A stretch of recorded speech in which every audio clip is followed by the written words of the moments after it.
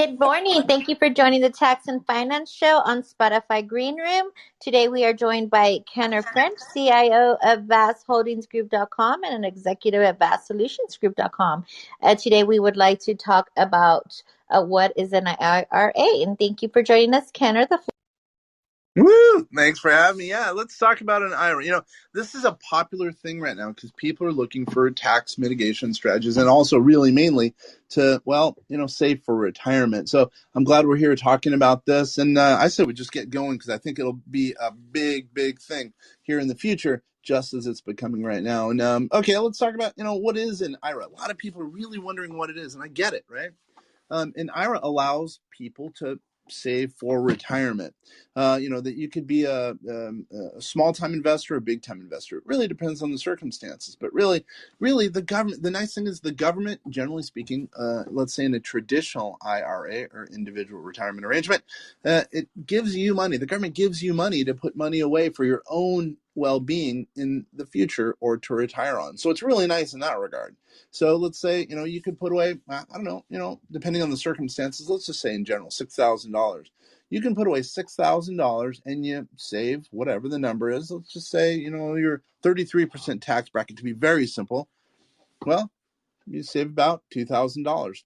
That's not bad, right? It gives you another way to lower your taxes legally. Let's remind everyone legally to save taxes.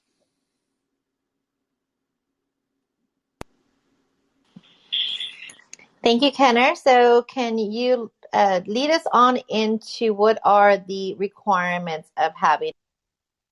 Sure. Yeah, no problem. So, for a traditional IRA, you can contribute to a traditional IRA if you have taxable compensation. You have to have taxable compensation no matter what, right?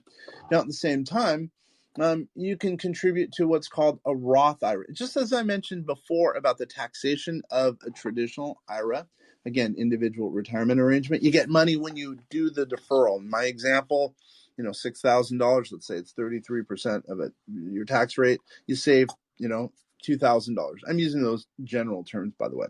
A Roth IRA, again, a second type or kind of an underneath umbrella of a Roth or of an IRA investment, let's just say. A Roth IRA, it's the opposite. So what happens if you put in $6,000? You have to pay, in my example, $2,000 to the government, no matter what, right? So automatically, you're going to be, in my example, starting with $2,000 less because you've done your taxes. You've already had to pay your taxes. But now, the nice thing with a Roth IRA, the money grows tax-free. And when you pull the money out, I almost said that's when you have to pay the taxes, but that's not true. On a Roth IRA, you do not have to pay taxes when you pull the money out. Versus a traditional IRA, you do have to pay taxes when you pull the money out. So they're really the inverse of one another. Again, the nice thing is, you get a deduction on your contributions now on your traditional IRA, and on your Roth IRA, you pay your taxes now, but it grows tax-free and you pull the money out tax-free, which again is the exact opposite of a traditional IRA. Now for this year, 2021, again, you can put away as much as $6,000 if you're below 50. Now, if you're 50 and older by the end of the year, you can put away another $1,000. So that would equate to $7,000. So again, below 50 years of age, 49 and below, you can put away $6,000. If you're 50 and older, as we talk today, you get to put away $7,000. Now, the key component, which needs to be discussed, if you are in, let's say, a traditional IRA and you're turning age 72, there's a lot of specifics there, but you will be having to do what's called an RMD, required minimum distribution. You have to pull some money out. That's determined by the schedule on the irs.gov website. Anyway, two very intriguing things as it relates to investments, because you get tax favors. If you're doing a traditional IRA, you don't get the same tax favors initially on the Roth IRA, but again, when you pull the money out in a Roth IRA, you don't have to worry about any taxes. So if you've had a security that's had a huge run up in value, a Roth IRA really might make sense. I know some people who are investing in Roth IRAs. in their cryptocurrency assets, they've had a huge run up. I mean, huge run up. The nice thing is they don't have to worry about taxes or the run up because they've already paid their taxes when they put the money in. Again, whatever your tax rate is, usually if it's lower, it's better, by the way. And then when the money grows, if it's in cryptocurrency, as an example, where you're having whatever, some huge rate of return, when you pull the money out, you don't have to worry about taxes. Now, what I would also say, one thing to consider, there's this thing called conversion. Let's say we're in 2021. Let's say your tax liability is relatively low right now, right? And you have a traditional IRA. So what potentially you could do is, do what's called a conversion. So you move the money from the traditional IRA to a Roth IRA. Again, if you're in a low tax bracket this year, let's say, the nice thing is you pay let's say a paltry amount to the government for the taxes, because you're in effect pulling the money out of the traditional IRA. That's really what a conversion is. But now, because let's say you've put the money in now cryptocurrency and it's had a huge run up, when you pull the money out down the road, you don't have to worry about taxes. So you've done two things. One, when you're in a low tax bracket year, let's say 2021, if you've been harmed by the market or you lost your job, tax rate is low, pay a smaller paltry amount of taxes. But when you pull the money out, later down the road, when you have gotten your job back, as an example, your assets have grown exponentially, your Roth IRA, you don't have to worry about the taxes as a result of doing the conversion. In my example, low tax year, that being in some circumstances 2021. Thank you, Kenner. So are those the only type of IRAs out? Yep. Generally speaking, some people, call these things, backdoor Roths. There's all sorts of marketing terms.